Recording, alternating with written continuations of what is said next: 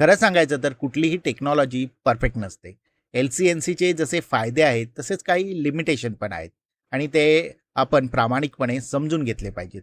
तर बघूया LC-NCच्या दोन्ही बाजू, फायदे आणि तोटे. चला आधी फायदे बघूया. पहिला फायदा आहे स्पीड. नॉर्मल कोडिंगमध्ये वीक्स किंवा मंथ्स लागतात.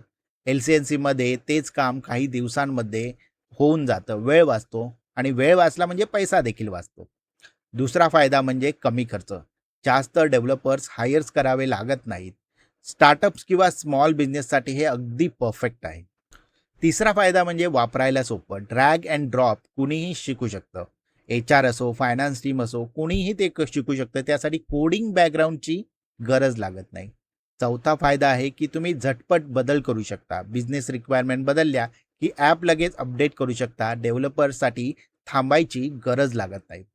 त्यानंतर येतं built in integration. Email, CRM, HR या सगळ्यांशी तुम्ही डायरेक्ट कनेक्ट करू शकता, कारण त्याचे कनेक्टर्स तिथे अवेलेबल असतात.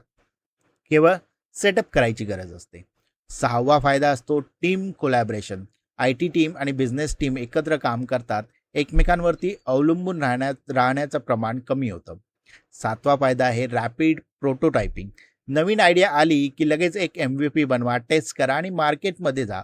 जास्त वेळ त्यात जात नाही. तुमचं जे प्रोटोटाईप, तुमची जी आयडिया आहे ती लगेच मार्केटमध्ये येऊन जाते. आता हे फायदे बघितले तर आता आपण त्याच्या मर्यादा देखील बघूया. सगळ्यात महत्त्वाची मर्यादा आहे कस्टमायझेशनचं लिमिट. खूप कॉम्प्लेक्स बिझनेस लॉजिक असेल तर LC-NCमध्ये ते होऊ शकत नाही. त्यासाठी ते कमी पडतं. तिथे ट्रेडिशनल कोडिंगच लागते. दुसरी मर्यादा येते वेंडर लॉक इन.